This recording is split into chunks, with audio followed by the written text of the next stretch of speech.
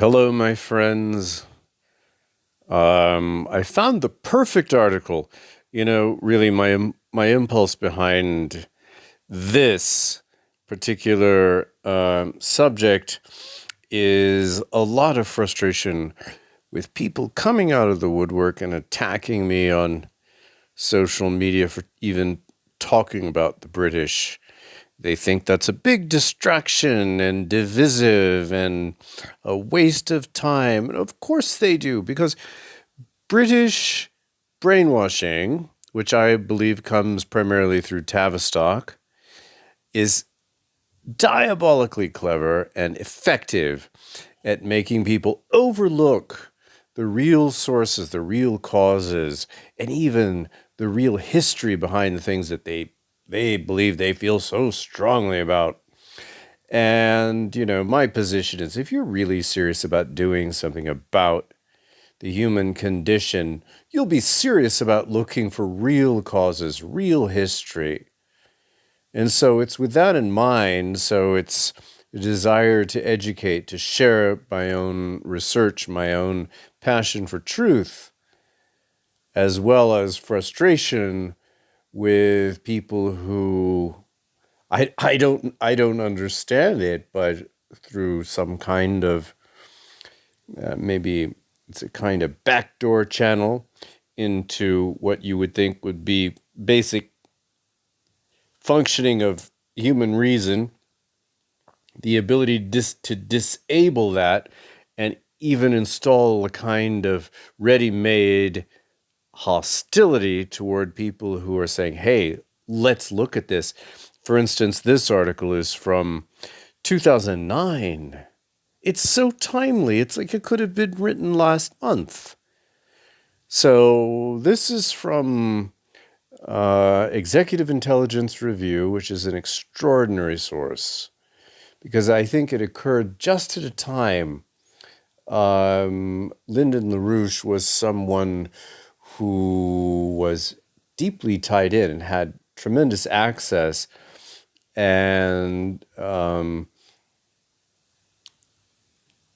was had, okay, let's put it this way, tremendous intellectual discipline, wide-ranging, almost, I would say, a kind of polymath, as well as being connected at very high levels. And they attempted to destroy him, and he was imprisoned at one point. I think we really need to reassess what we were told about Lyndon LaRouche. And I think it's sort of the Executive Intelligence Review is the last bastion of truth that is accessible, that is deeply credible, well-researched, and historically, at least, I haven't found there to be any inaccuracies. So please, if we're serious about about condemning and having any say in terms of a future in which humanity can thrive without the oppressive boot of imperialism that's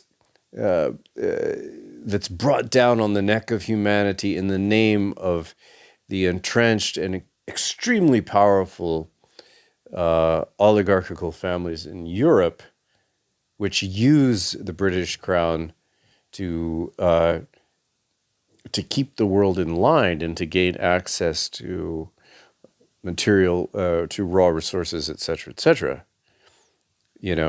This is the real issue. If you believe that the United Nations and Freemasonry and everything is derived from Judaism, you have it exactly backwards. You've been flipped, man. You've been flipped by British propaganda. It's absolutely backwards. And so let's get through this. It's quite long, but again, this comes up from the depths of me, the need to read this, to share this information. It's kind of funny, the title here. Netanyahu's Godfather. This is from EIR, Volume 36, Number 3, January 23, 2009. 2009. This is 5 years before Operation Cast Lead, which really shook me out of my semi-slumber with regard to Israel and Zionism. Images coming out of Operation Cast Lead reduced me to tears and shock and horror. I had never seen anything like that in my life. And I thought, we can't go any lower than this. This is it. We've got to resolve this. This has got to be stopped.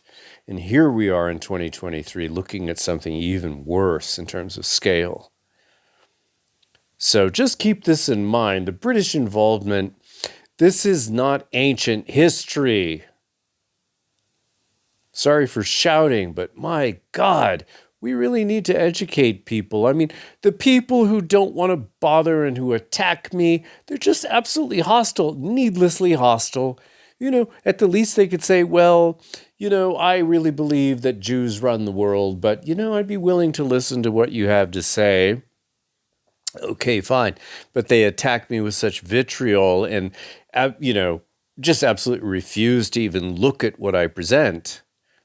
But I believe that, for the very few people who will encounter this video and get through it with me, you'll begin to see the British involvement in Israel is not, it continues.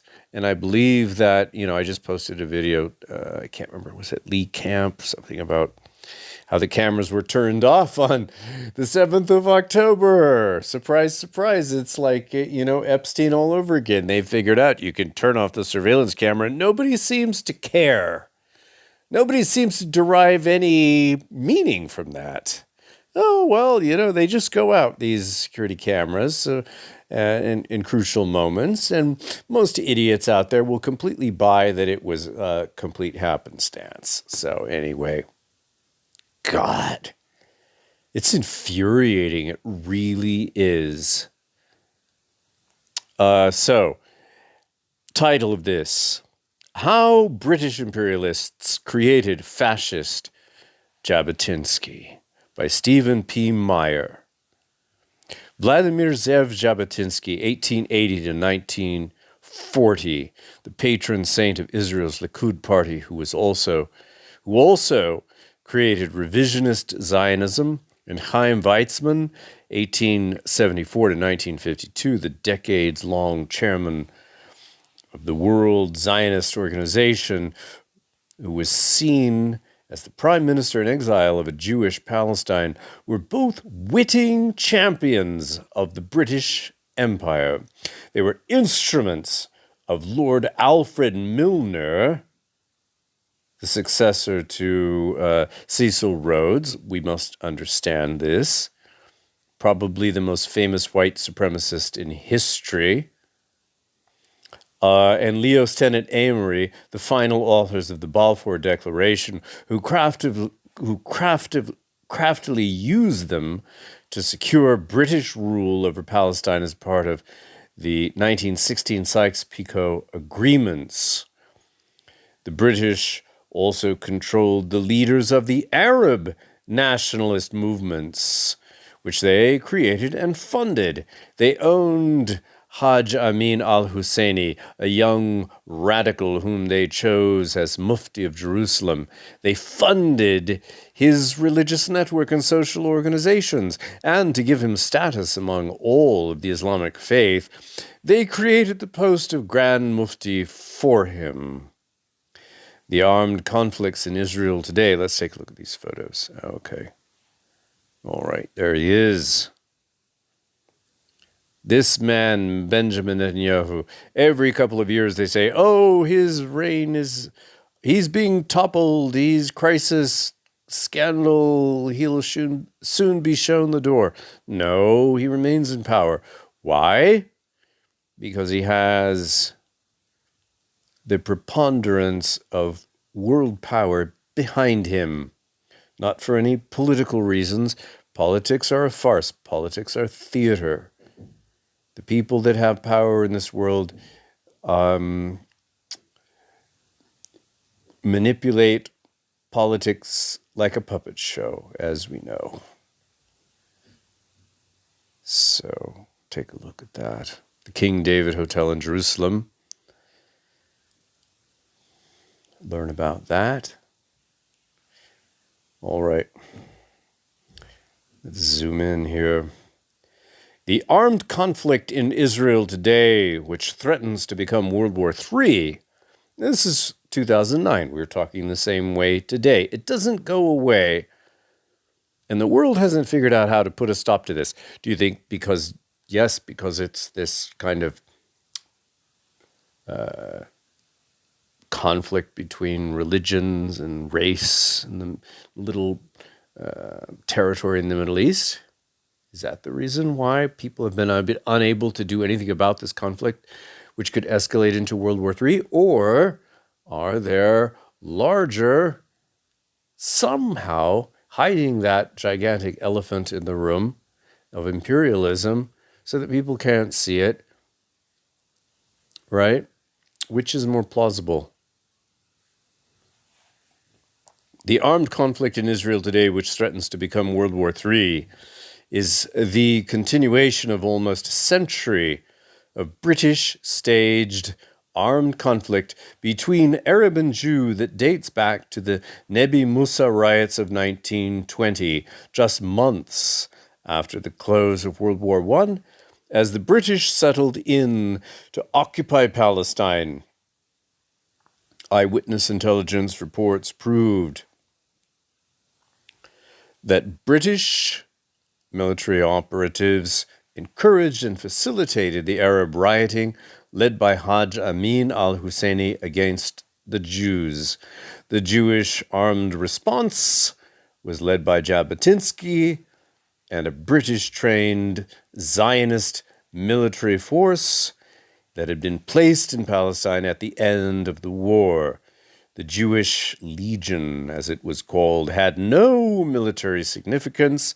Its creation was opposed by the world's Jewish community, including the small Zionist movement that then existed.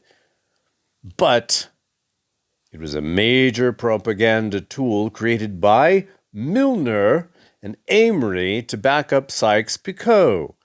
When the war ended and the Legion demobilized in Palestine, it became a deadly weapon to be used for violent, bloody confrontations with the Arabs. The Nebi Musa riots lasted several days. 5 Jews and 4 Arabs were killed, and 216 Jews and 23 Arabs were wounded. Both Jabotinsky and Husseini were made public heroes by their British controllers, and the results gave them the capability to recruit followers that would be used for future confrontations.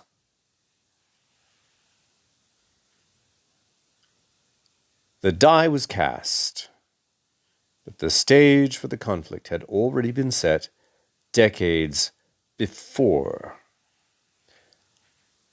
Modern Zionism and the British Empire. Palestine had been a necessary imperial target of acquisition for consolidation of the empire for more than half a century before the Sykes-Picot agreements dating back to the 1830s, and the efforts of Lord Shaftesbury, a leading Tory politician, and Lord Palmerston, the Doge of London, his stepfather-in-law.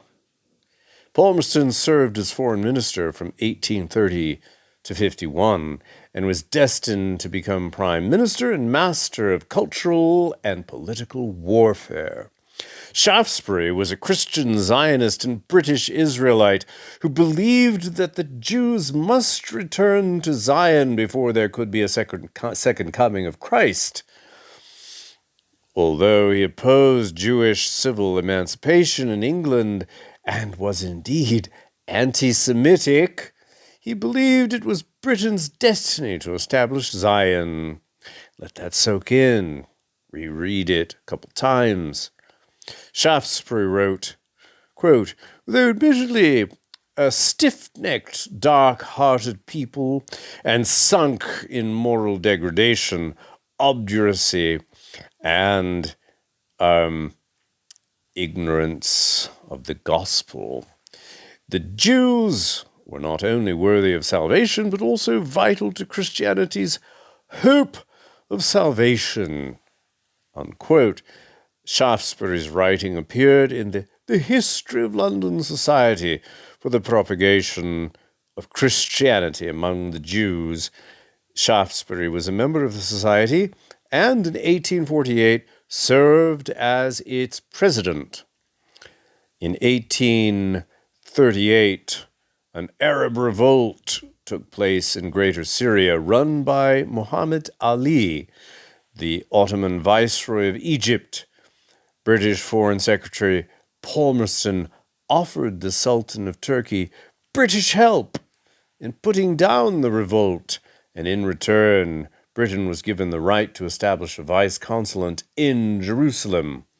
Once this beachhead for the empire was secured, the British decided to use a fledgling Zionist movement as their proxy to increase their presence in the Holy Land. In 1840, and this is the letter that I often quote from in comments on Facebook and elsewhere, nobody seems at all interested, despite its enormous significance. In 1840, Palmerston sent a letter to the British ambassador in Constantinople, instructing him to contact the Sultan. Quote, "There exists at the present time among the Jews dispersed over Europe a strong notion that the time is approaching when their nation is to return to Palestine. It would be of manifest importance to the Sultan to encourage the Jews to return and settle in Palestine because the wealth which they would bring with them would increase the resources of the Sultan's dominions. And the Jewish people, if returning under the sanction and protection and the invitation of the Sultan, would be a check upon any future evil designs of Muhammad Ali or his successor. I have to instruct Your Excellency strongly to recommend the Turkish government to hold out every just encouragement to the Jews of Europe to return to Palestine." And of course, the Jews at that time didn't know anything about this. But the propaganda was followed close behind this 1840 letter. Going on. In 1848, Edward Ledditch Mitford, one of Palmerston's collaborators at the Foreign Service, and a political supporter, published, quote, "an appeal in behalf of the Israel nation in connection with the British policy in the Levant," unquote.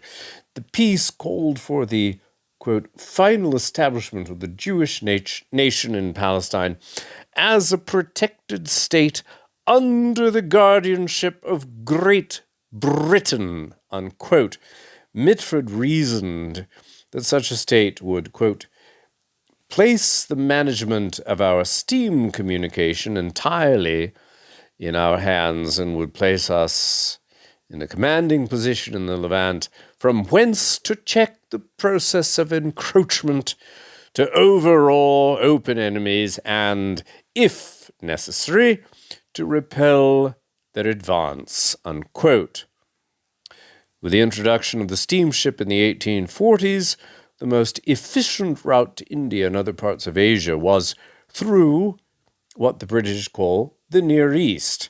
Britain's dominant shipping route now went from London through the Mediterranean to Alexandria and Cairo by steamship, overland to Suez, and then continued by steamship to points east. Britain was no longer dependent upon the Atlantic currents and the whims of nature to circumnavigate Africa to reach India. The opening of the Suez Canal in 1869 massively increased the efficiency and shortened the time of travel, putting an even higher premium on Britain's securing a base of operations in Palestine as a northern defense of the canal. Digest that for a moment. One of Britain's motives in starting World War I was to finally secure Palestine, and they did that with Sykes-Picot and the breakup of the Ottoman Empire. No longer would the British have to entreat the Turks to accept the Jewish immigrants, which, in British eyes, were only surrogates for their empire. I'll read that again. No longer would the British have to entreat the Turks to accept the Jewish immigrants, which, in British eyes, were only surrogates for their empire. All right. Jabotinsky's imperial roots. Every Likud prime minister in Israel has been an avowed promoter of the policies of Vladimir Zev Jabotinsky. Some were personal protégés, others were extremist leaders within his movement. The father of current Likud leader and candidate for prime minister Benjamin Netanyahu was Jabotinsky's personal secretary. There he is. What does he say? What's this? Oh, this can't be. Vladimir Zev Jabotinsky in 1937. I believe in England and the brotherhood between England and Israel. Of course, now everybody thinks it's all the U.S., but that's also a very clever sleight of hand, which some people might hesitate to acknowledge, but if you keep listening, I will go into that in future videos, this deception that the United States is somehow sovereign and has taken it away from the British and is moving ahead with it on its own. Absolutely false. The British are still in control. The Likud prime ministers are considered an elite grouping. They are often referred to as Jabotinsky's princes. And to this day, Jabotinsky is omnipresent within the Jewish right wing. His picture adorns the Likud website, and U.S. Anti-Defamation League Director Abe Foxman has had a framed photo of him on his desk. Jabotinsky, and get this now, get this, Jabotinsky was a wholly owned and created asset of the British Empire. He was controlled by a political network led by Leo Stennett Amory, who became Britain's most prominent imperial spokesman and political organizer. Amory's circle included the greatest names of British imperialism: Cecil John Rhodes, the self-avowed enemy of the American Republic. The Coefficients Group. So don't tell me that this is the U.S. The U.S. was taken down in a coup with the assassination of John F. Kennedy. These British white supremacists have been in control of every move we've made, especially with regard to foreign policy, since then. The Coefficients Group and Alfred Milner, Rhodes's mentor, who ran Rhodes's secret society and the Rhodes Scholarship, of course, you know, Bill Clinton. Going on. Jabotinsky and the creation of a Jewish Legion became Amory's number one project as the British moved to take over Palestine at the close of World War I. Ancient history, right? Amory's vision was that of Rhodes. It paralleled Rhodes, who in 1877 wrote his first last will and testament. Only a bit more than a day, and in his will, he talks about the need for the British to, as I've said before, claw back the U.S., realizing that its dreams of world domination would be completely impossible if they were not able to get back the United States claw back the colonies and make them and bring them under British control, British oligarchical control. Only a bit more than a decade had passed since the British plan to dismember the United States in a civil war had failed bitterly.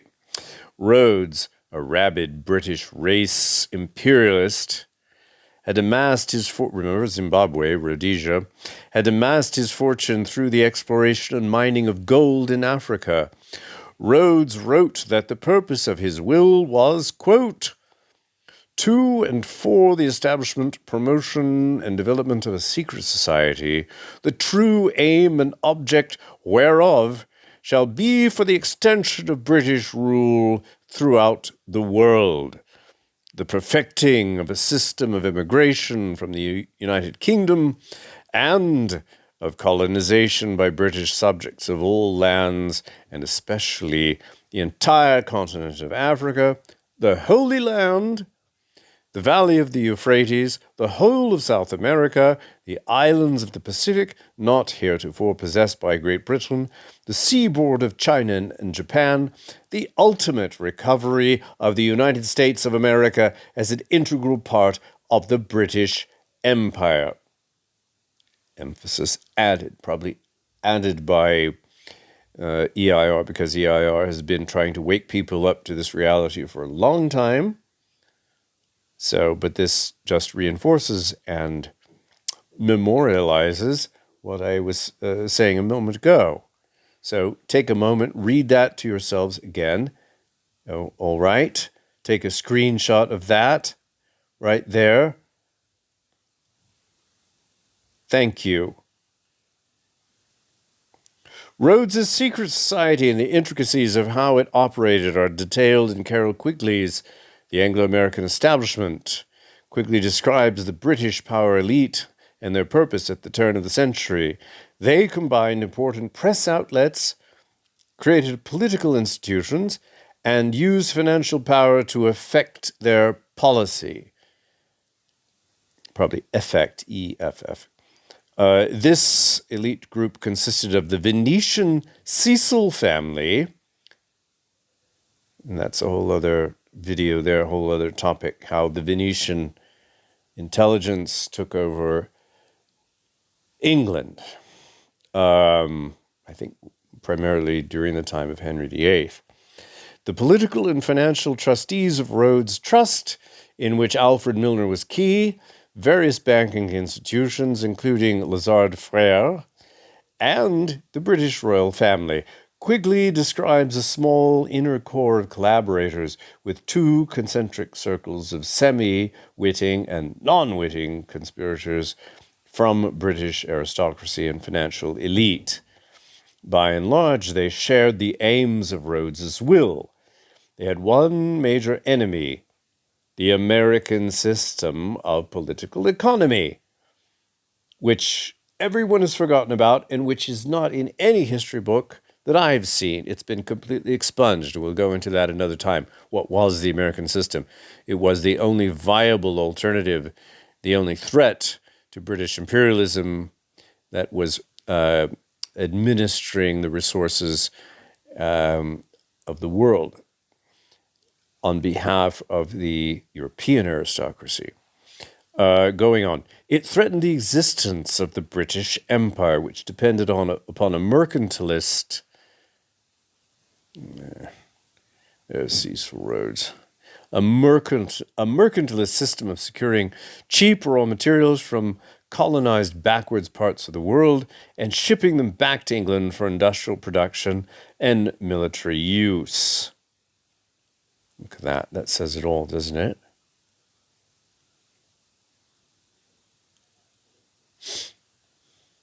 But this is just an expansion of what the Venetian Republic was up to and had been up to for hundreds of years before it was stopped cold and had to switch its tactics, switch up things a little bit around 1509 with the War of the League of Cambrai. But anyway, jumping ahead historically, at the turn of the 20th centuries, there were two powers in the world that represented the American system.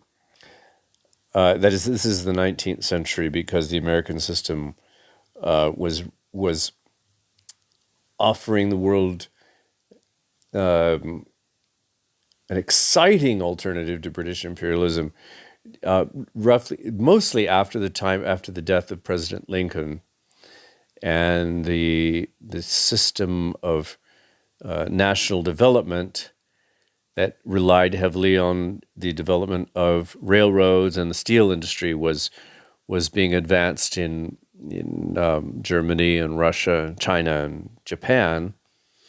So anyway, at the turn of the century, there were two powers in the world that represented the American system: the United States of America and Germany, which had built its economy on the model of America's great economist Henry C. Carey, who was the economic advisor of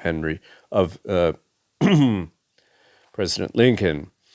Following the stipulations of Rhodes's will, his collaborators sparked World War I to dismantle a hated and threatening Germany and to carve up Europe. They sought to secure and expand their colonial holdings by acquiring much of the Ottoman Empire, which would give them its oil holdings, as well as secure Palestine as a military buffer to the Suez Canal. In order to accomplish these goals, they also worked nonstop to trap the United States into collaborating with their warring schemes and sought to diminish America's industrial economy from within. So this is the 19th century. We're looking at the rise of Bismarck and Bismarck's break with the British to go with the American system. Lord Alfred Milner, who ran Rhodes's trust, was central to the secret cabal. He had been British High Commissioner for Africa, had won the Boer War, and had united South Africa as one political entity under British rule. That act gave Britain looting rights for the most important raw materials on the continent, and he derived much power from these accomplishments. So now we're in, 1902, 1904?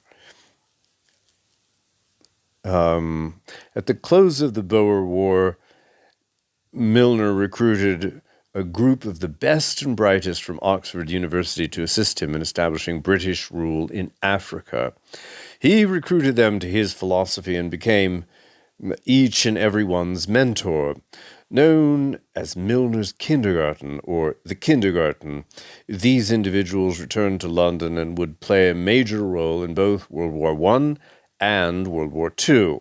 As World War I approached, Rhodes's secret society under the direction of Milner and various other collaborators went to work.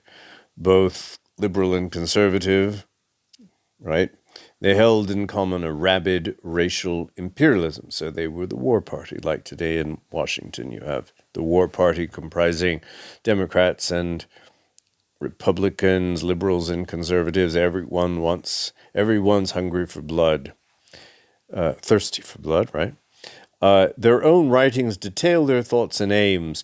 For propaganda purposes, they created the Royal Institute of International Affairs. Today, I think that it's Chatham House.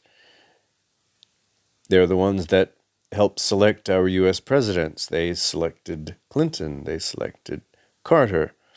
I mean, probably others, but those are the ones I can pretty much swear to. But they also purchased the Times of London and ran other crucial press organs to rally the public behind their aims. Milner's personal protege was Leo Stennett Amory, quickly describes their relationship. Amory can be regarded as Milner's political heir from the beginning of his own career in 1906 to the death of Milner in 1925. He was more closely associated with Milner's active political life than any other person. His association with Milner became steadily more intimate.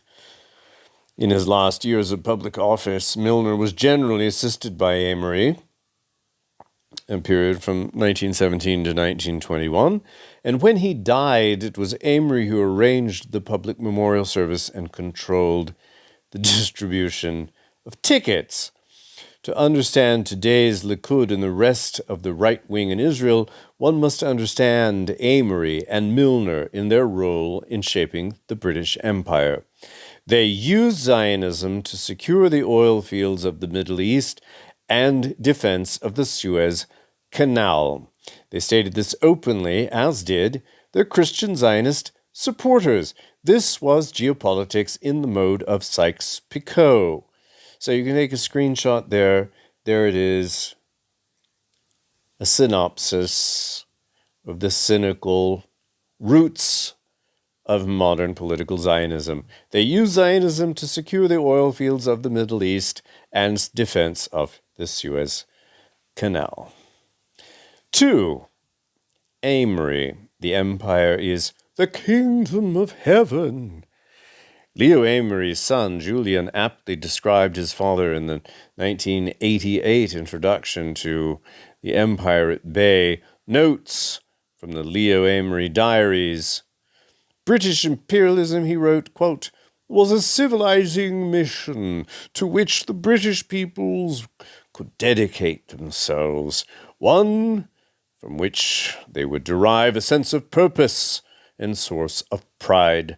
This concept of empire was much more than a political program. It was an ideology that constituted a coherent system of thought to which every issue, political, economic, social, cultural, and even moral, could be related. More than that, it was a faith. This faith would sustain Leo Amory throughout his entire life, unquote. In Leo Amory's own words, this faith and concept of empire, with its responsibility for civilizing other cultures, was mandated by God. Amory is famously quoted as saying, "The empire is not external to any of the British nation. It is something like the kingdom of heaven within ourselves," unquote. Amory entered Oxford College at Balliol in 1892. Aside from languages, his study concentrated on political economy. He became a fellow at All Souls College and left in 1898, taking a post writing for the Times. He was recruited by Milner in South Africa while reporting on the Boer War and was known as Milner's mouthpiece. No comment.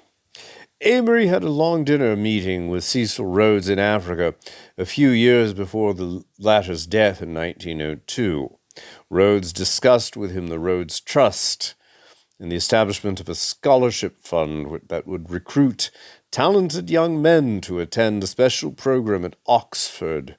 The scholarships would be awarded to select students from the British Dominions. Take note of that word, dominion. Dominions, the Dominions, Germany, and the United States, with the proportion heavily weighted to U.S. recipients. The intention there. The overt purpose was to recruit American support for the British Empire. Amory ran Rhodes Trust from 1933 until his death in 1955. He joined the board as a director in 1919, and for the next 36 years, he missed only one meeting. While at Oxford, Amory founded a branch of the Fabian Society and established a close relationship with the Fabians Sidney and Beatrice Webb. He also came under the hegemony of Joseph Chamberlain to become the leading spokesman of a tariff policy to secure advancement of the empire. In 1902, he and the Webbs founded the Coefficients, a secret dining club of liberal and conservative imperialists, the War Party, right? The group, this is the real War Party, not the American spin-off, knockoff toadies. The group of a dozen persons was chosen for their expertise. They included Bertrand Russell, who famously advocated for a preemptive nuclear strike on Russia. For science, Alfred Mackinder. For geopolitics, the great game theoretician. Sir Clinton Dawkins, partner of Morgan Guarantee Bank, London. For finance, Professor W.A.S. Hewins, principal of the London School of Economics. For economics, Leo Max, this name's not familiar to me, a close collaborator of Amory's and editor of the National Review. For journalism, H.G. Wells was chosen for his general knowledge. Of Wells, Amory wrote in his autobiography, "Our minds certainly worked very much alike in many ways, and for some years we saw a good deal of each other." The format of the club required each specialist to make presentation over dinner. Discussion ensued. Their intent was to create a brains trust that would make government policy. Amory's area of expertise was the military.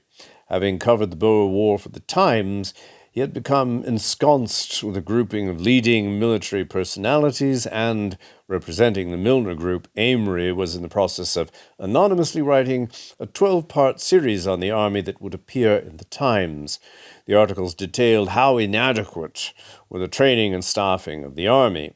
He argued for a complete overhaul so that well-trained troops could be efficiently deployed to the European continent and dominions in the event of a new war. In other words, Amory presented the reorganization plans for the army that would allow the British to fight World War I.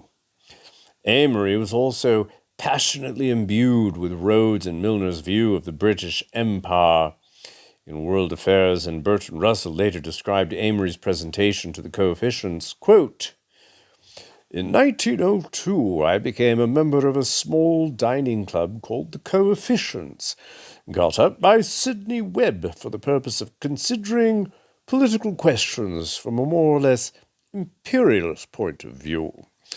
It was in this club that I first had become acquainted with H.G. Wells, of whom I had never heard until then.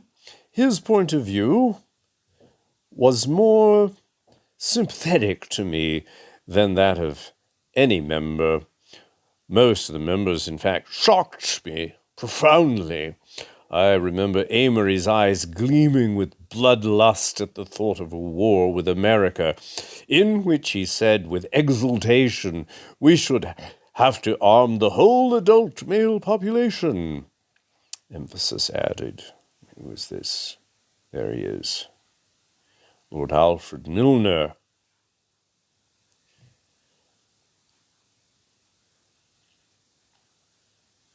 What does he say here? "I believe in a lot of virtual self-government in the new colonies without letting the supreme control out of imperial hands." Well, that's why everybody, the whole crusade about all the, the propaganda about democracy, because, you can just expunge, swap out this word republic for democracy, and no one will notice, right? Because democracies are easily controlled. Let's face it. The original coefficient group lost many of its members, but Amory and the Webbs remained, as did Wells for a while, with Amory being the only original member left when the group disbanded in 1909.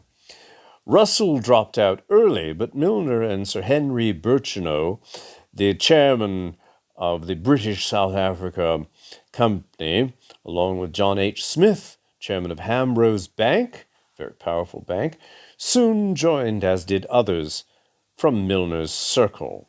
In 1910, Amory married Florence Greenwood.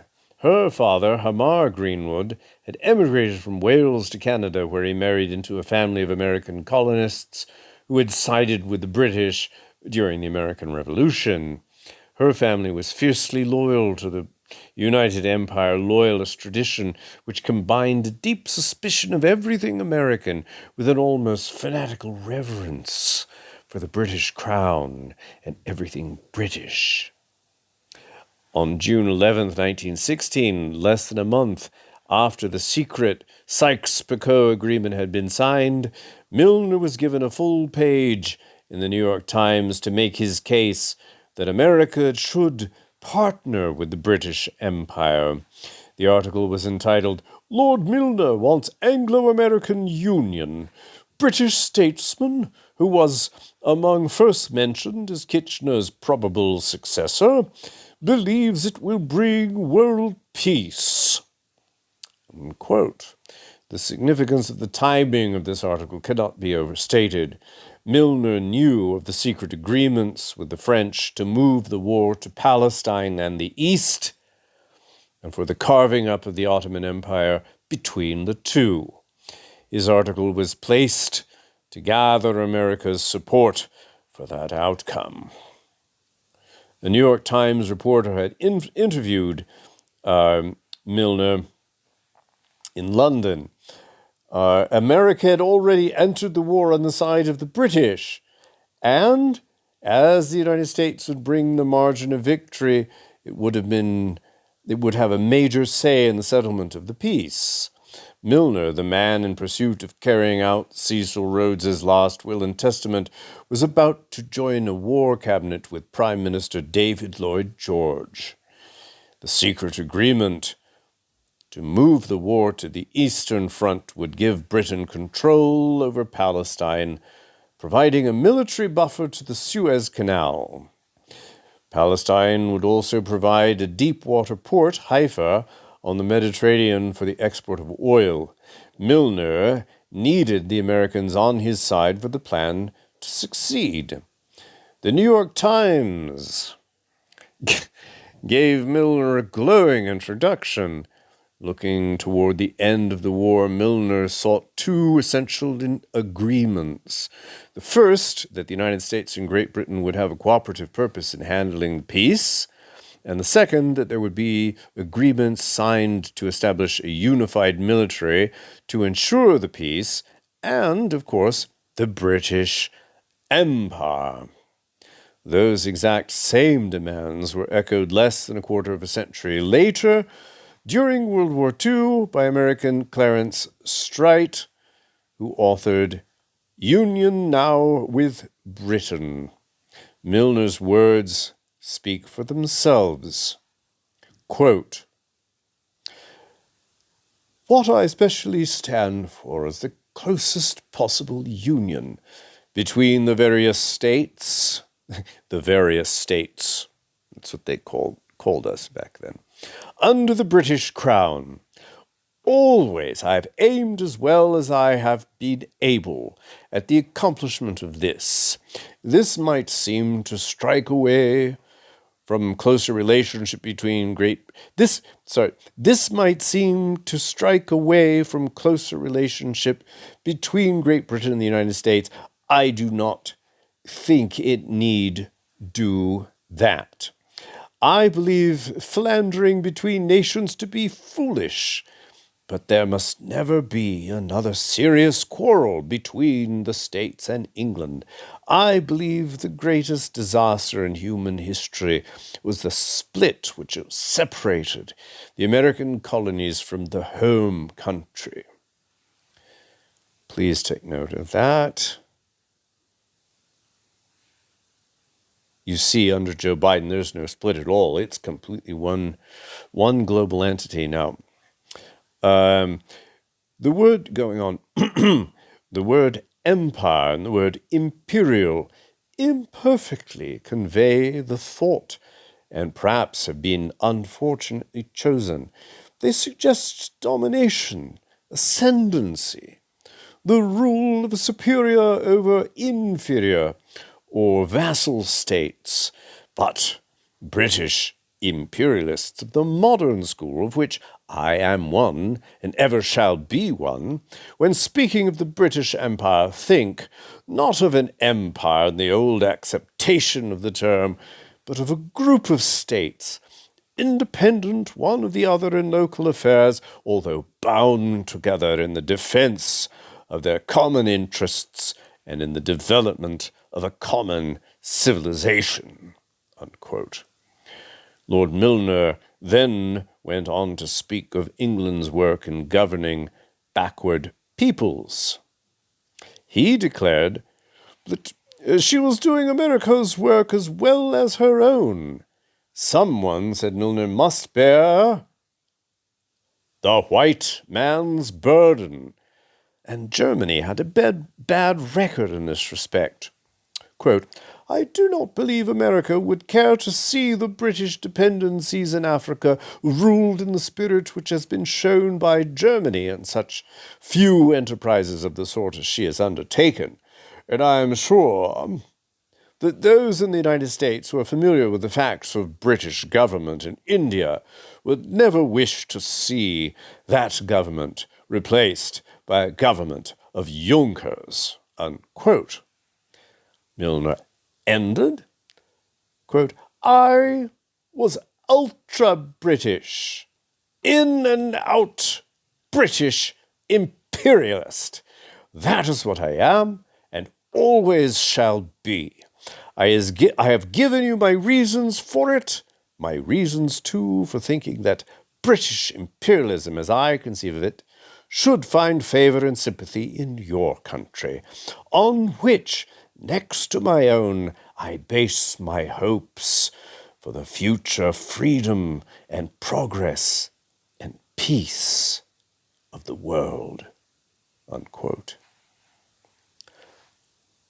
Milner was a lying scoundrel. His purpose and belief were quite to the contrary. An 18th of March 1917 entry in Beatrice Webb's diary describes Milner's more private thoughts. Webb's entry is made at the conclusion of a briefing she was given by Tom Jones, then acting secretary to the Cabinet Committee on Territorial Terms of Peace and a close friend. Milner was the chairman of this committee. Quote, there's a vivid movement, guided by Milner and served by Amory, to prepare for another war, to complete the ruin of Germany and the domination of the British Empire. This gang of power worshippers are running down the Russian Revolution and minimizing entry of the United States, of the USA, as one of the belligerents. They are bent on maintaining a ruling caste of a ruling race. They fear and despise democracy. Any aspirations toward self-government among British subjects who do not already possess it is sedition, to be put down by machine guns and plentiful hangings, unquote. Milner's private papers give credence to this report. After colonizing southern Africa, he wrote, I believe in a lot of virtual self-government in the new colonies, without letting the supreme control out of imperial hands, unquote. Amory's view was similar, quote, South Africa must develop as a white man's country under the guidance of white men, and not as a bastard country like most of South America. In 500 years' time, I expect the South African white men will contain a strong, dark blend, and the end of all things may be a brown South African race. That doesn't matter. What does matter is that there should not be too quick a mixture now or for the next few centuries, unquote. Amory was a eugenicist as well, referring to the African population as niggers. From the Jewish Legion to Berchtesgaden, Amory's civil career in the British Imperial Command was illustrious, varied, and colored throughout by sympathy for fascism. He joined Milner as an undersecretary at the War Cabinet, where he first met both Jabotinsky and Weizmann. When Milner became Secretary of State for the colonies in 1919, Amory was posted as his undersecretary. In 1922, he joined the Privy Council and was appointed First Lord of the Admiralty. He became colonial secretary in 1924, and in 1925 he was concurrently given the post of Dominion Secretary, which put him in charge of the Palestine Mandate, a post he held until 1929. During the 1930s, as a member of the board of various British and German metal companies, he often traveled to Germany and monitored its rearmament. As Quigley reports, the policy of the Milner Group was to rearm Germany, to go east to destroy Russia. Statements to that effect are included in Amory's diaries. In August 1935, more than a year after Hitler's Night of the Long Knives, his purge of the Nazi Party, and only 2 months after the signing of the British-German naval agreement that allowed Germany to rebuild its navy, Amory met with Hitler. Amory gave Hitler his advice on how to strengthen the German economy. Amory's diary entry dated 13th of August 1935 reads as follows, quote, "At 10:45, the big open car, familiar to cinema visitors, arrived, and Kay and myself and Dr. Schmidt, another expert from von Ribbentrop's office, drove through Berchtesgaden up the winding road to Obersalzberg. We were welcomed by a burly brown-shirt ADC like Jollier Goering, and then taken on to a veranda where Hitler met us and took us to a room opening out onto it. He didn't waste much time on compliments, but got on to high politics at once. What I was chiefly interested in was his outlook on the European problem generally. On this he talked what seemed to me vigorous common sense." Quote, going on, that is, "We talked, though it was about 10-1, for over an hour and a half. I did not find the hypnotic charm I had heard of, and no attempt to exercise it, but liked his directness and eagerness to let his hearer know all his mind. Intellectually, he has a grip on economic essentials and on many political ones too, even if it is crude at times and colored by deep personal prejudice. His immediate surroundings, like Kay, regard him as a universal genius as well as a national savior. It will be interesting to see how he shapes in the next 20 years, if he lasts, and there is no particular reason why he shouldn't. He overworks and undersleeps, but as he leads an extraordinarily ascetic life, he may stand more than most. We got on well together, I thought, owing to the fundamental similarity of many of our ideas. But I admit we didn't discuss some controversial subjects like Austria, constitutional liberty, Jews, or colonies. I did, however, expound to him my view that Germany should enter into preferential schemes with Holland and Belgium in regard to their colonies."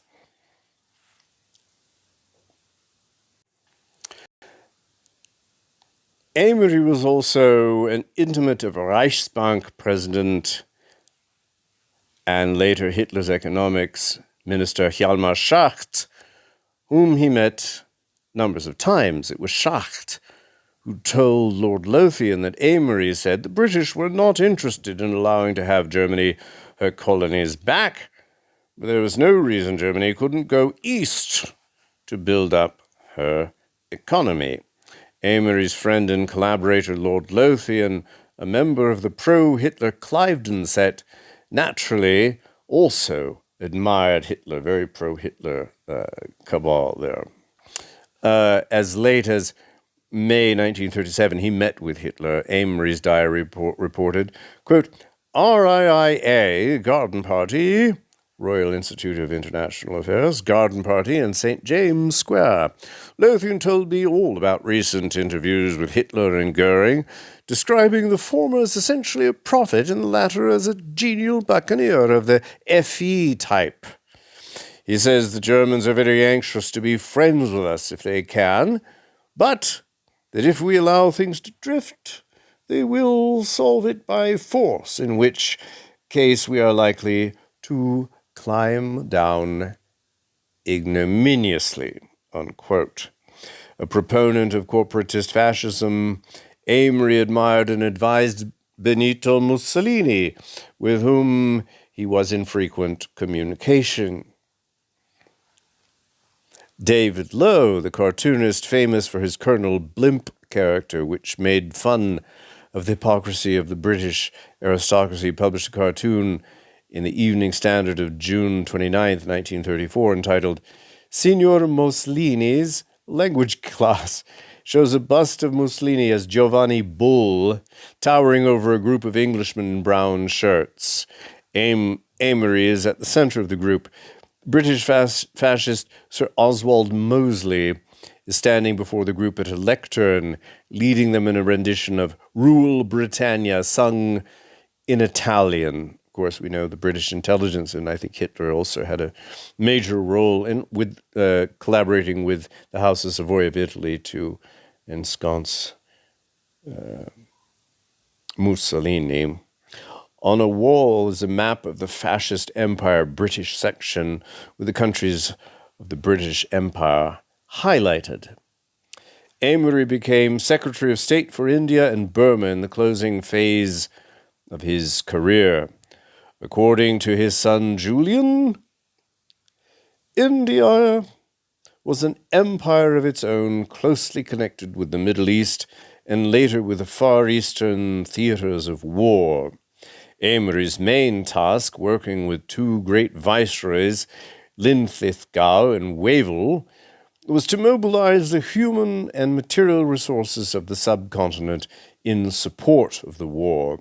No less important, with the Japanese enemy at the gate, was the need to contain the efforts of Gandhi and the Congress Party to overthrow the Raj. India absorbed Amory's main energies throughout the war, but as a member of the cabinet, he was naturally involved in other spheres as well. He fought a long battle over post-war economic policies where he feared the American economic imperialism and anti-colonialism would threaten the very existence of the Commonwealth and empire, unquote. Amory had a visceral hatred of President Franklin Roosevelt and his closest advisors. According to Amory's biographer William Roger Lewis, who had access to his private papers, Amory reserved special venom for Sumner Welles, President Roosevelt's Undersecretary of State, who, Amory correctly believed, wished to break up the British Empire. And I think I'm recalling that there's an account by Elliot Roosevelt of a dinner in which I suppose there was a lot of drinking, and at the end of it, Roosevelt and Churchill were really having at each other, and Roosevelt swore that he would destroy, his aim was to destroy the British Empire, and I'm sure Churchill thought, we'll see about that. He warned Lord Linlithgow in a private letter of 25th of January 1941 about Roosevelt's Secretary of State. Cordell Hull, quote, Cordell Hull really represents mid-19th century vision on economics, coupled no doubt with the desire to create an American export hegemony in the world. Of course, very cynical view of the American system, misrepresentation. Amory described Hull's philosophy as dating back, quote, to somewhere around 1860, unquote, which implies the economic philosophy and foreign policy of Abraham Lincoln's collaborator, American system economist Henry C. Carey. According to Lewis, Hull accurately identified Amory, Viceroy Linlithgow, and Sir Winston Churchill as the arch opponents of any attempt to break up the empire. Roosevelt did intend to dismantle the British Empire at the end of the war, and Amory's response is revealed in a letter dated the 26th of August, 1942, to Robert Arthur James, Gascoigne Cecil, 5th Marquess of Salisbury, Viscount Cranborne, Secretary of State for the British Colonies. Quote, "After all, smashing Hitler is only a means to the essential end of preserving the British Empire and all it stands for in the world. It will be no consolation to suggest that Hitler should be replaced by Stalin, Chiang Kai-shek, or even an American president if we cease to exercise our power and influence in the world. What I think is needed today more than ever, more than anything else, is a vigorous reaffirmation of our faith in our destiny as an empire, regarding the war merely as a step in that process." Unquote. Amory had a formidable will. As the philosopher and spokesman of the imperial movement, he was a prolific writer, rallying the public behind the empire. At the close of World War II, he wrote, "The Washington Loan Agreements, a critical study of American economic foreign policy," where he warned that Roosevelt's New Dealers could use the Bretton Woods Agreement and the terms of the British war debt to the United States to dismantle the British Empire. Again, he railed, "The object of American policy is perfectly simple. It is to clamp upon the world, and in particular upon the British Empire, the obsolete economic system of the last century." Of course, not obsolete at all. In fact, it's very much needed in the world, and you could argue that Putin and the the Belt and Road Initiative would epitomize that vision, still unrealized. 3. Israel on the plains of Armageddon. Both Weizmann and Jabotinsky were steered by British intelligence operatives who were Christian Zionists. Weizmann's confidant and the only non-Jewish member of the Palestine executive was Blanche Baffy Dugdale. Dugdale was the go-between for Weizmann and the British royal family and Anglo-Dutch elites. Trained as a naval intelligence expert during World War I, she founded the League of Nations Union after the war with her cousin, Lord Robert Cecil, and headed its intelligence unit until 1928. According to her diaries, she befriended Weizmann by no later than 1923, and she and Amory identified in her diaries as her invaluable friend, were to closely collaborate on their Zionist project for the next several decades. Amory's relationship to Weizmann dates back to the Balfour Declaration of 1918 at least.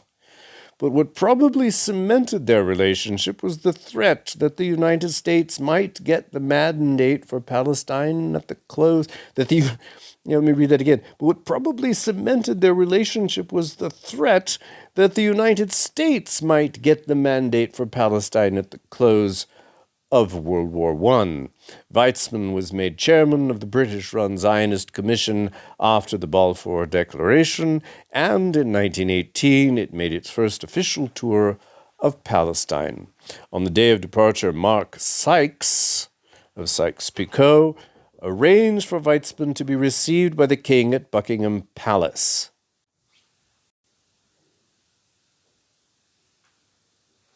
The reception made Weizmann the most heralded man in Zionism. It was a knighting of sorts. Weizmann was accompanied on the trip by Major William Ormsby Gore, Lord Harlech, the political liaison officer of the Zionist Commission. Ormsby Gore had been Milner's private secretary and was an old hand at the Arab Bureau.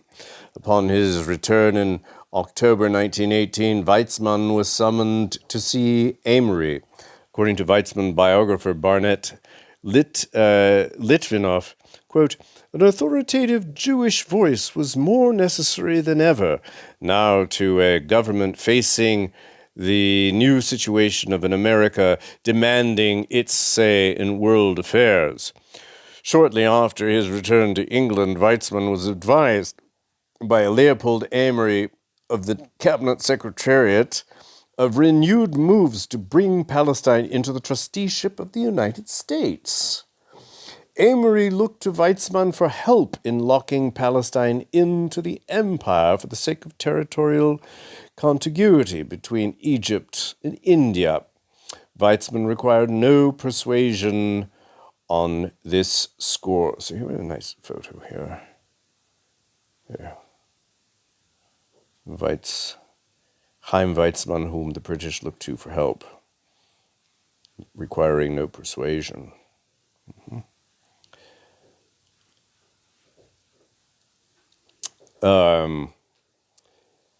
Their relationship lasted decades, and there are numerous entries in Amory's diaries of meetings and dinners with Weizmann and Dugdale. In 1945, the English Zionist community honored Weizmann on his 70th birthday with a Festschrift.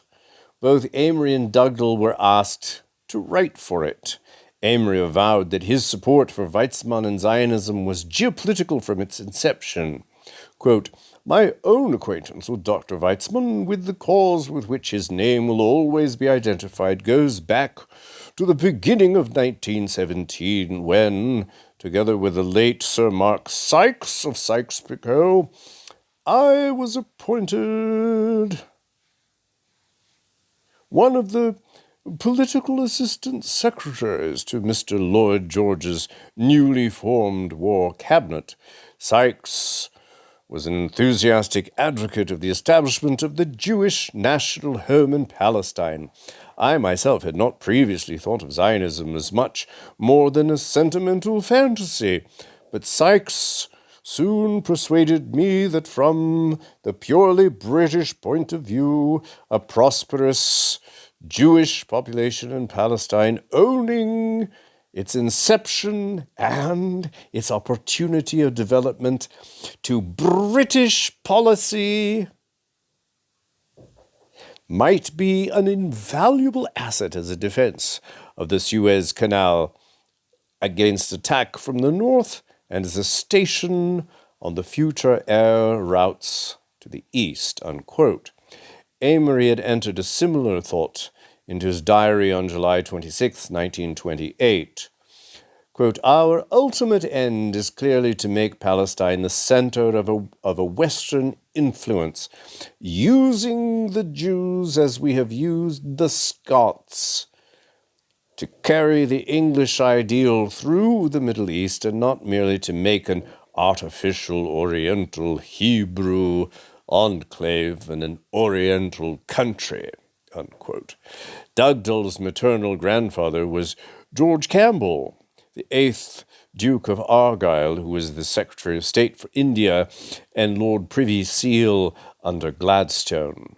Her maternal grandmother was the sister of Robert Cecil, 3rd Marquess of Salisbury, leader of the Conservative Party and Prime Minister of 3 administrations.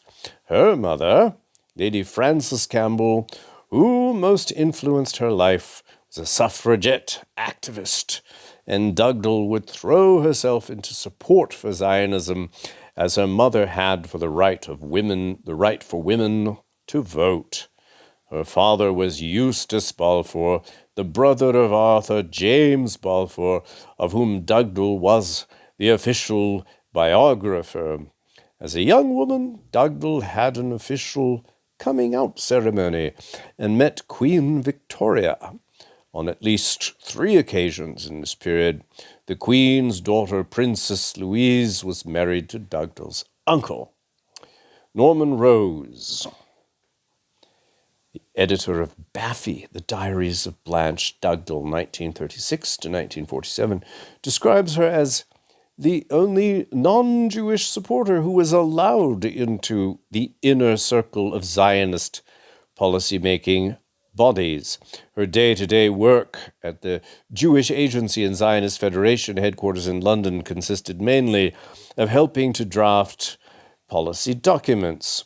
More than that, She was a member of Weizmann's entourage and one of his key advisors.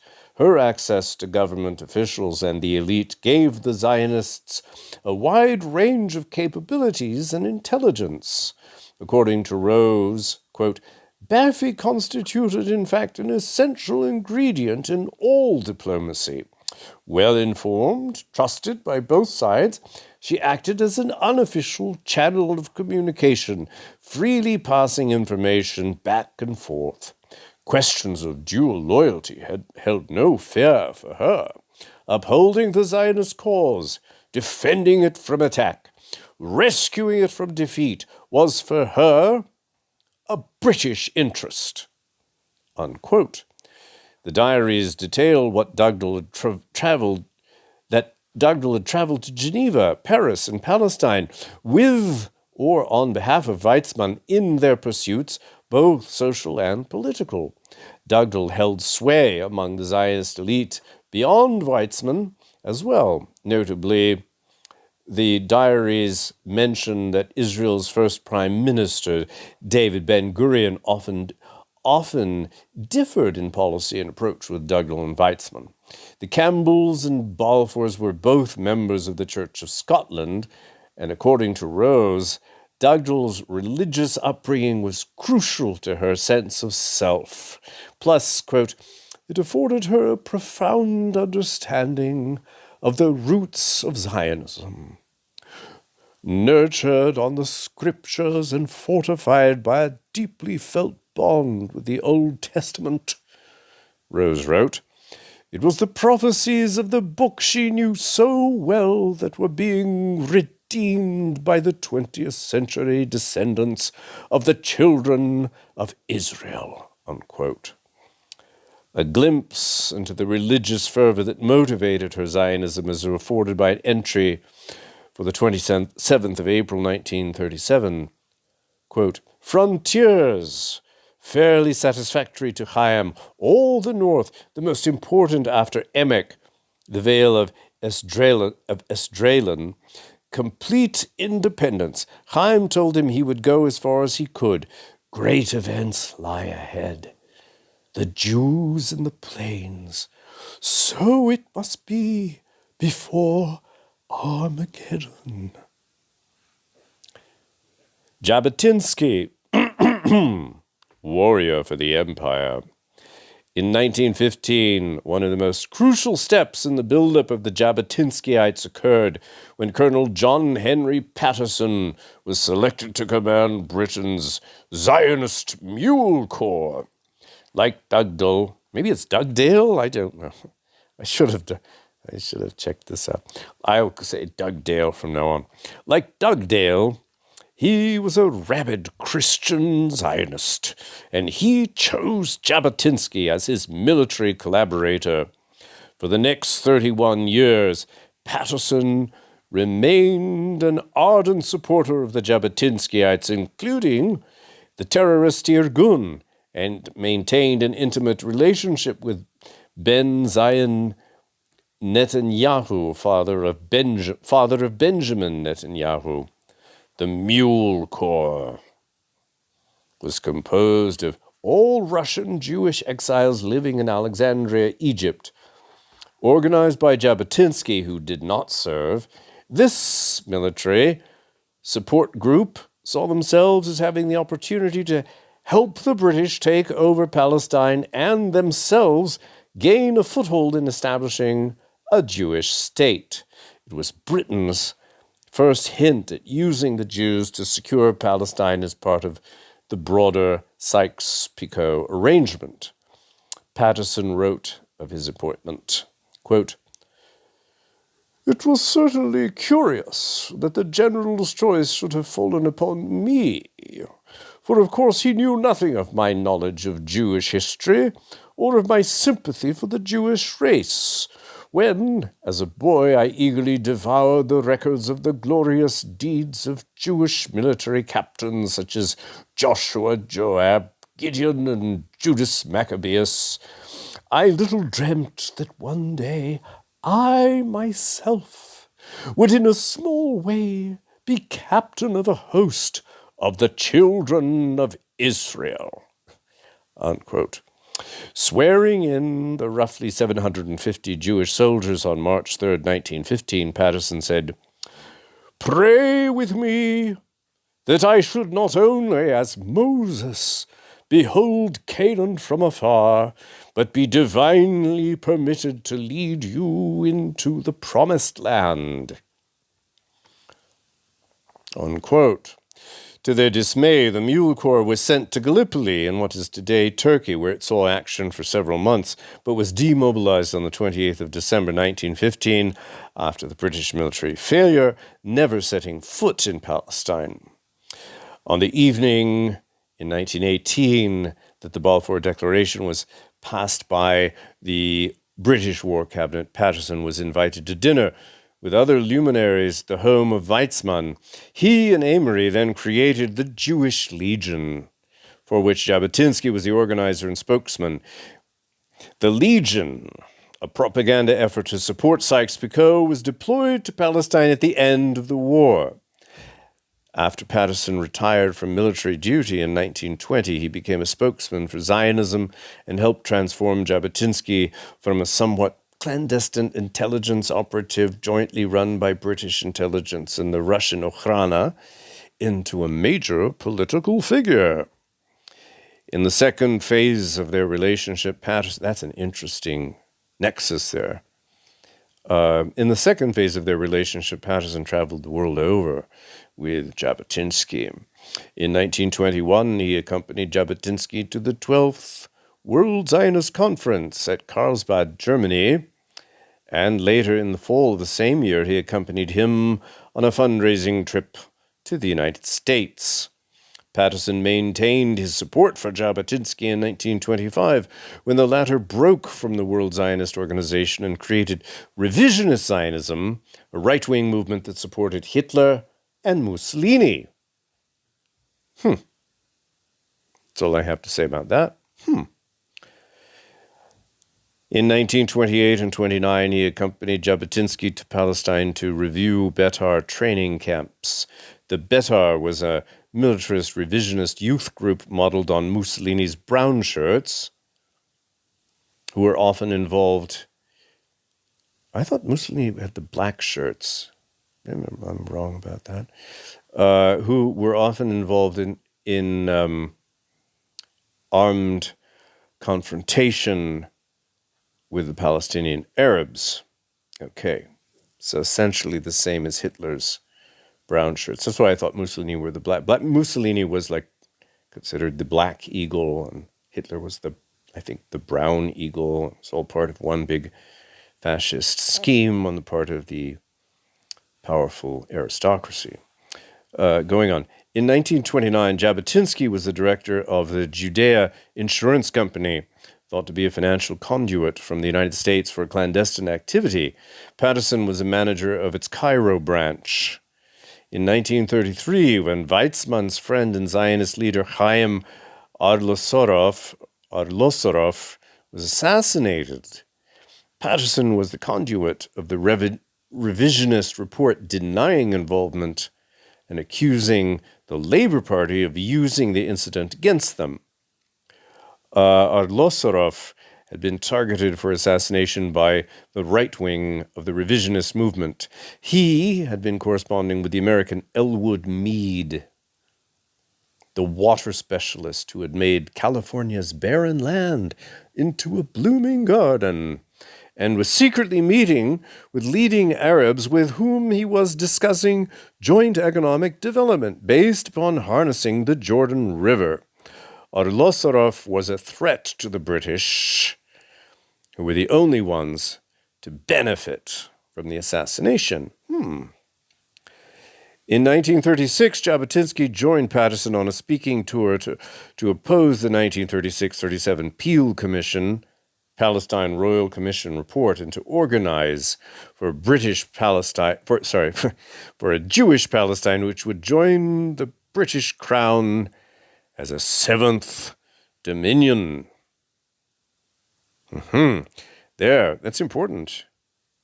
To organize for a Jewish Palestine which would join the British Crown as a seventh Dominion. It's the seventh Dominion. There we go. I haven't been able to put a label on it, but there you go. It's the seventh Dominion. I've always referred to it as a British Crown colony, if not officially acknowledged, but here we have. This is its name, its official designation. In January 1939, Patterson toured the United States to raise funds for the Irgun. In September of the same year, after Britain announced its entry into the war, he returned with Jabotinsky to the United States, where they attempted to raise a Jewish army, an intelligence unit of 500,000 Jews.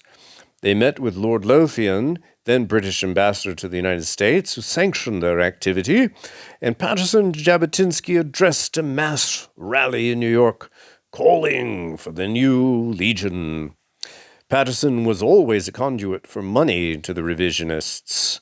Early in 1940, he embarked upon a fundraising tour of Argentina, Uruguay, Chile, Brazil, and Peru. He was with Jabotinsky on the 3rd of August 1940, reviewing Betar Youth Camp in New York State, when Jabotinsky was struck dead by a heart attack. Patterson never returned to England, but corresponded regularly with Amory up until his death in 1947. After Jabotinsky's death, Patterson assisted Benjamin Netanyahu, father of current Likud leader, who took the reins of leadership of the revisionist movement.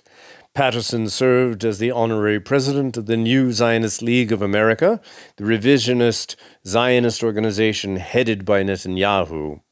He continued to organize for Irgun operations as well. Patterson worked closely with Peter Bergson, a collaborator of Netanyahu whose real name was Hillel Kook, a founder of the terrorist Irgun in Palestine. Bergson changed his name to operate in the United States. Bergson was the nephew of Abraham Isaac Kook, probably, the first chief rabbi of Palestine under British mandate who supported the activities of Jabotinsky and the right-wing Zionists. Patterson served as the military advisor and an honorary chairman of the Committee for Jewish Army of Stateless and Palestinian Jews, a revisionist front group and propaganda organization located in New York City and run by Bergson. He was a member and officer of various other revisionist and Irgun front groups run by Netanyahu and Bergson, and often spoke at their rallies and meetings. In 1946, a year before his death, Patterson was honored by the Netanyahu family for his services to Jabotinsky and revisionist Zionism. When Benjamin Bibi Netanyahu's younger brother was born, Patterson was anointed his godfather, and the son was given the name of Jonathan to honor both Patterson and Bibi's grandfather, Nathan. Amory and Jabotinsky. While Patterson's Zionist Mule Corps was deployed to Gallipoli, Jabotinsky continued his organizing efforts to get a full Jewish legion established and trained that would deploy to Palestine. Although he traveled through Britain and the European continent, there was little support within the Zionist community. In the summer of 1915, the Zionist Actions Committee, which was composed of delegates from Russia to England, passed a resolution that Zionists everywhere should oppose the formation of such a group. Jabotinsky returned home to London by mid-August, where he found no support. The wartime policy of Field Marshal Horatio Herbert, Lord Kitchener, was to direct all efforts to the Western Front. There was no discussion of an offensive in Palestine. He drew support only from Weizmann. The two became close, and Jabotinsky moved into Weizmann's apartment for several months. Through the first half of 1916, the Jewish Legion project was dead in the water. Then Patterson asked Jabotinsky to meet with him in London. The two went immediately to Amory, who had already spoken with Patterson about the project. Amory was then secretary to Lord Derby at the War Office. Jabotinsky was well aware of the importance of the liaison. He described Amory as, quote, one of the most important members of Lloyd George's famous secretariat, known as the kindergarten to the elder political generation who deplored the youthfulness of the members of this omnipotent group, unquote. As Joseph Schechtman states in his official biography of Jabotinsky, Amory became Jabotinsky's most energetic and devoted advisor and contact man in government circles. Details of their first meeting are scant, but the timing coincides with the signing of the Sykes-Picot agreements in May. Jabotinsky then set out to gather thousands of signatures on a petition with the intent to present them to the British government, but he secured a mere 300. At public recruiting meetings, the Jewish opposition, both Zionist and anti-Zionist Jews, were able to overwhelm Jabotinsky, calling him and his associates provocateurs, militarists, and murderers, and pelting them with rotten potatoes. Ouch! Patterson and Amory kept the project alive nonetheless. By the end of 1916, Amory managed to move 124 former Zionist Mule Corps volunteers to London from Alexandria, Egypt, into a separate company of the 20th Battalion, which met with Jabotinsky. Amory wrote to Jabotinsky on the 22nd of January 1917, quote, since I saw you, I have had an opportunity of speaking to people in the War Office who have promised to look into the whole question again, unquote. The next day, Jabotinsky sought Amory's counsel. The latter directed him to write a detailed proposal that he would review and edit. And what was this? Oh, scary. And move it along to the War Cabinet and Prime Minister.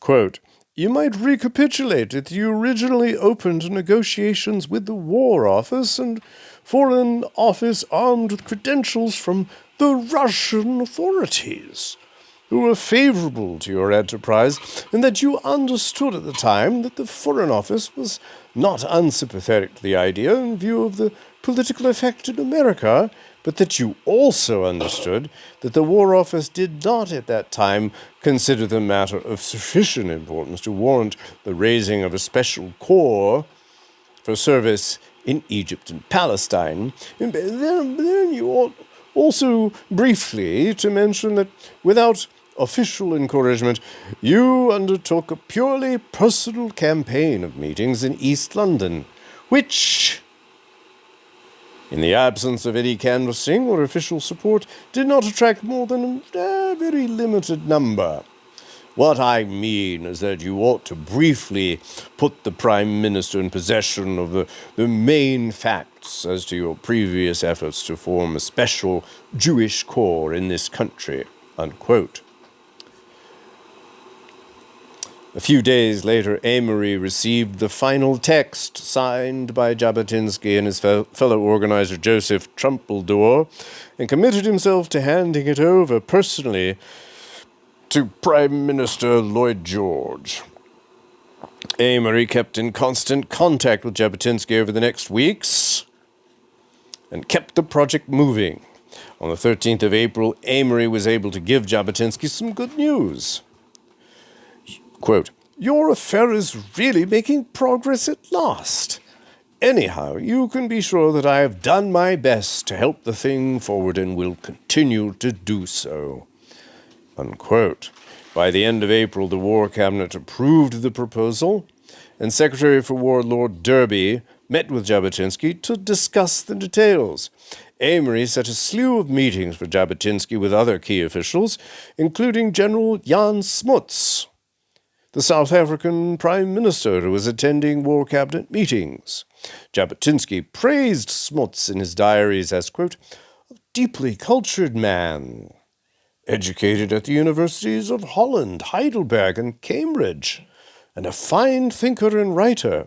He was a Zionist of the caliber of Balfour or Robert Cecil, unquote. On the 23rd of August 1917, the creation of the Jewish regiment was officially announced in the London Gazette. Patterson was assigned to recruit and train the soldiers. There was still opposition from the highest levels of the British aristocracy, and Amory and Weizmann went straight to Lord Milner, who extracted a compromise from the aristocracy. But the East End of London, which was the Jewish enclave, was largely opposed. Even after the Legion was endorsed officially by the government. On the 17th of August, the Jewish Chronicle reported, quote, "As to the proposed formation of a Jewish regiment, it can be said frankly that the mass of Jews will not hear of it. Organized Jewish labor is opposed to it as violently as the Zionists. They regard it as a deep grievance that one or two individuals have influenced the authorities in that direction. What is most galling to the Jewish public opinion is the arbitrary manner in which the scheme has been foisted on them," unquote. Socialists and Zionists were most outspoken in their hostility. As a conference of Jewish trade unions, it was unanimously resolved that a Jewish regiment was undesirable. Several Zionist societies passed resolutions disapproving of a Jewish regiment, contending that if they had to fight, they would do so, quote, "as Englishmen or Russians, but not as Jews," unquote. But the creation of the Jewish Legion for deployment to Palestine during World War I was sealed by Amory and Milner, who would write the final drafts of the Balfour Declaration just 2 weeks later. This was Sykes-Picot. Palestine was to come under a British mandate, and, as Amory said, the Milner Group was using the Jews as its proxy. The Legion was ultimately sent to Palestine near the end of that campaign under General Edmund Allenby's command. It saw limited combat. At the close of the war, Jabotinsky was officially demobilized as an officer in the British Army and protested to the Foreign Office and Colonial Office, hoping to maintain a defense force in Palestine for the new Jewish home. Amory, now posted to the Colonial Office, replied on the 16th of October 1919, "I was very sorry indeed to hear from you that the military authorities in Palestine demobilized you in so summary and ungracious a fashion. I don't suppose that anything could be done now to remobilize you. I think the least the War Office could do would be to show their recognition in some way or other of your services in the creation of the Jewish units, and have written to urge this upon them," unquote. At Amory's urging, the War Office bestowed the Medal of the Most Distinguished Order of the British Empire, MBE, upon Jabotinsky. The order was created by King George V in 1915 for those who had served the empire during the war. Its motto is, "For God and the Empire." Jabotinsky was not of the mind to accept. However, Amory sent Patterson to Palestine with a letter dated the 17th of February 1920, which urged him to accept the declaration because it was, quote, "officially recommended by the War Office and approved of by His Majesty the King." Jabotinsky then accepted the award. The letter continued, quote, "I know in your keenness for the cause you will be concentrating all your efforts in the future," unquote. What Amory and Milner had done was to place a trained military contingent of Zionists under the leadership of fascist Zev Jabotinsky on Palestinian soil where none had existed before. Then, Amory signaled his post-war support for Jabotinsky's activities on the ground of Palestine. Less than 6 months later, on the 4th of April 1920, the Nebi Musa riots occurred in Jerusalem. British intelligence officer Richard Meinertzhagen, who was on the scene, wrote a secret report detailing how the British military had encouraged and facilitated the Arabs in rioting against the Jews. Anyone drawing a parallel there with October 7th? Is that just too far out? Meinertzhagen alleged that Colonel Bertie Harry Waters Taylor, General Allenby's chief of staff, had secretly given Haj Amin al-Husseini instructions to run the riot so as to show the world the Arabs would not stand for Jewish rule in Palestine. An arrest warrant was issued for al-Husseini, who fled into exile. He was subsequently made the Grand Mufti of Jerusalem by the British and became a collaborator of Hitler. Numbers of former Jewish Legion members were arrested. Some had been found with illegal weapons, and others had taken part in a shootout. A cache of weapons and ammunition was found in Jabotinsky's apartment. 19 men were imprisoned, but not Jabotinsky. Since he was not at the apartment at the time, the weapons were seized. According to Israeli historian Tom Segev, author of One Palestine, Jabotinsky was indignant that he had not been arrested, so he went to the Kishla prison and the Jaffa gate in Jerusalem with his attorney, Mordecai Eliash, demanding to be arrested. At the beginning of the riots, Jabotinsky had willfully offered and handed over his illegal pistol to British military governor Storr as one of Jabotinsky's supporters. The British authorities ultimately arrested him for that. The events showed Jabotinsky to be a protected asset of the highest of authorities. Military Governor Brigadier General Ronald Storrs went to the jail to make sure that Jabotinsky was properly treated. He led Jabotinsky to a more comfortable cell and ordered that a bed with a mattress and a wash basin be provided. Jabotinsky was brought food from the adjacent Amdursky Hotel and was served wine with his meals. He was then made into a cause célèbre by his protectors. Tried along with the others, he was convicted of possession of an illegal firearm and sentenced to 15 years in prison, the equivalent of a sentence handed out to Arab rioters who were convicted of raping Jewish women. This all sounds very familiar, I'm sure. Both his trial and sentence created an uproar. The Milnerites and their British Israelite collaborators, take note of that, there was British Israelism, I'm always going on about that, went into motion to protest the sentence and create a firestorm behind Jabotinsky. The Prime Minister's private secretary, Philip Kerr, protested at the San Remo conference. In the House of Commons, Robert Cecil and a host of others who had been Jabotinsky's supporters filed parliamentary questions. The same British newspapers that had promoted Jabotinsky in creating the Jewish Legion came to his defense. The entire London press, as well as provincial papers, prominently and sympathetically featured a report by the Jewish Correspondence Bureau released by Reuters agency in which it was stressed that, quote, Jabotinsky is to the Jews what Garibaldi was to the Italians. Woohoo! On the 8th of July, 1920, civil rule in Palestine was transferred by the military to Herbert Samuel, the new High Commissioner. One of his first acts was to provide amnesty to all those imprisoned for the Jerusalem riots, both Arab and Jew. Upon his release, Jabotinsky traveled back to Jerusalem, where he was received by his supporters, headed by Rabbi Koch. According to Jabotinsky's biographer Joseph Schechtman, he was returning to, quote, he was returning to liberty as a universally recognized and acclaimed national hero. His popularity was at its peak. Service to the empire.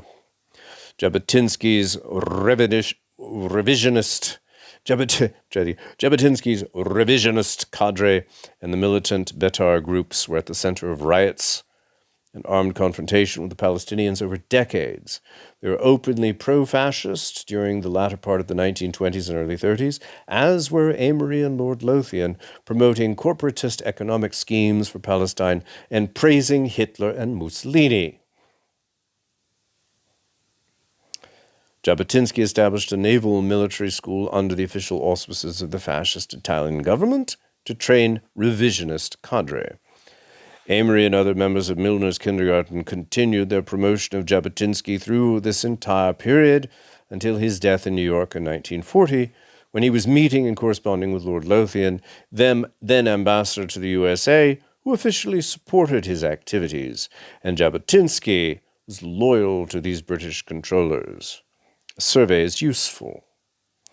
In 1928, Jabotinsky spent 10 days in London, having been invited by Amory, who was then Secretary of State for the Colonies.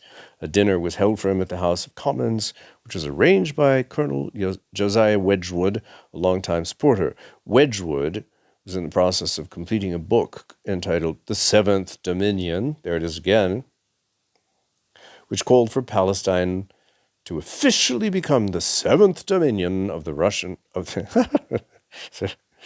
This is a long article. I'm getting a bit loopy here.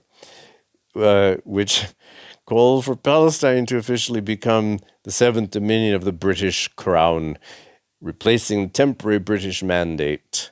Jabotinsky was recruited to the idea, and in a confidential letter to Wedgwood, he noted that the book was more than brilliant and, quote, more than brilliant and clever.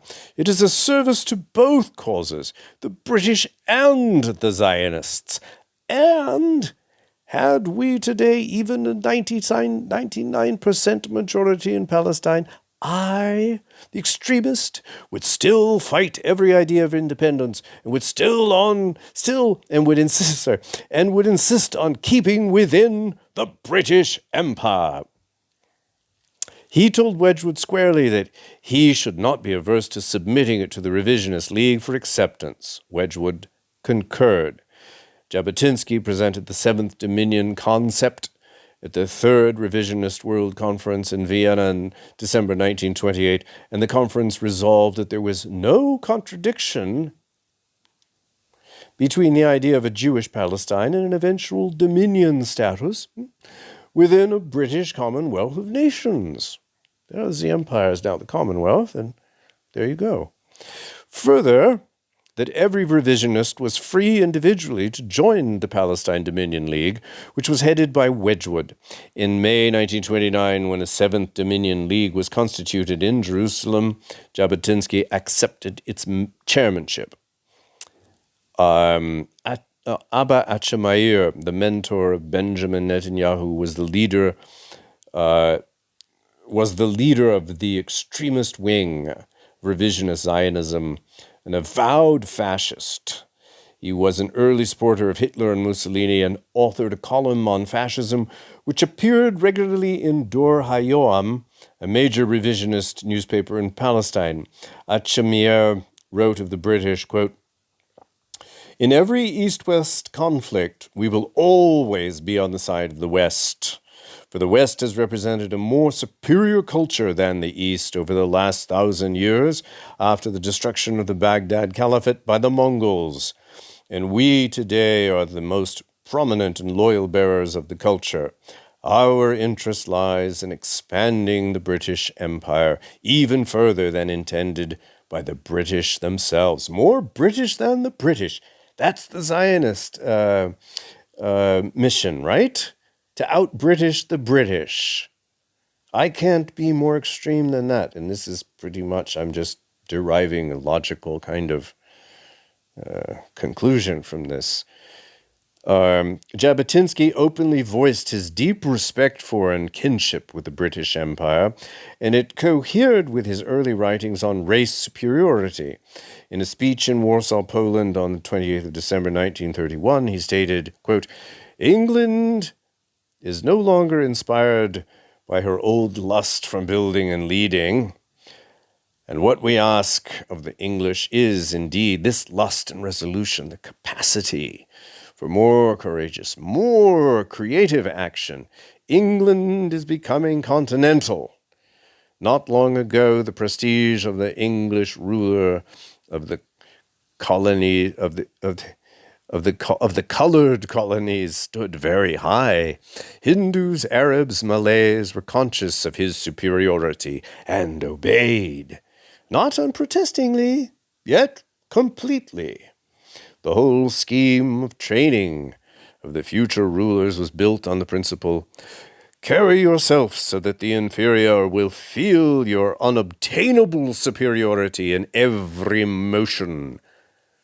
But a decline of imperialist instinct is felt in Englishmen. This lessening of the taste for imperial scope is revealed in various ways. In the indifference with which the emancipation of Egypt was received, in the lack of concern at the prospect of the loss of India and Ireland. This does not mean that all is lost. In 5 or 10 years, all this may change. England may still re-educate her proconsuls. The imperial appetite may flame up anew, because this is a very powerful and gifted people. In the ensuing years, as official support for Zionism wavered, Jabotinsky's allegiance to his British controllers did not diminish, although his criticism of actions of the British government increased. Speaking at the 6th Revisionist World Conference in Krakow in January 1935, he said, "British statesmen, perhaps some of our own hotheads too, should get one thing absolutely clear. We are mercilessly critical with regard to the mandatory present policy in Palestine, and we demand a switch to a better policy, more appropriate to the interests of Zionism. But since it is to England that we put such demands, it means that we want her to stay on in Palestine and to go on ruling in Palestine. For you cannot say to a person, go away and help me into the saddle, right? If you want England to help you into the saddle, you don't want England to go away. On the contrary, the implication is that you believe she can be persuaded to help you. What is more, Israel is no beggar asking for services that she does not intend to repay. Since you demand an historical service from England, you imply that, if that service is rendered, Jewish Palestine will be ready to repay loyally and durably by service to the empire." That just says it all right there. Jabotinsky testified before the Peel Commission in the House of Lords on the 11th of July, 1937, and 3 days later he was feted at the Hotel Commodore in a celebration of the 20th anniversary of the creation of the Jewish Legion. The event was organized by Amory. Among the other sponsors were Field Marshal Sir Philip Chestwood, Colonel Patterson, Colonel Wedgwood. Although the celebration was boycotted by the World Zionist Organization, intelligence operative Baffy Dugdale sat at the main table. Over 200 persons came and heard speeches from Amory, Wedgwood, Chestwood, and Patterson, honoring Jabotinsky, who spoke last. Jabotinsky drew his speech to a close by rising and proclaiming the final toast of the evening. "I believe in freedom and the ultimate triumph of freedom. I believe in England and the brotherhood between England and Israel." And we have a bibliography at the end, but I'll put the link to the article. Thanks, guys, for indulging me. Carry the message. Let's focus on the common theme of global oppression over the last few centuries, and let's not pretend that it somehow vanished. I don't know when people want to pretend that there's no more British influence in Israel or the Middle East. It's just pure folly. So, anyway. Keep up the good fight.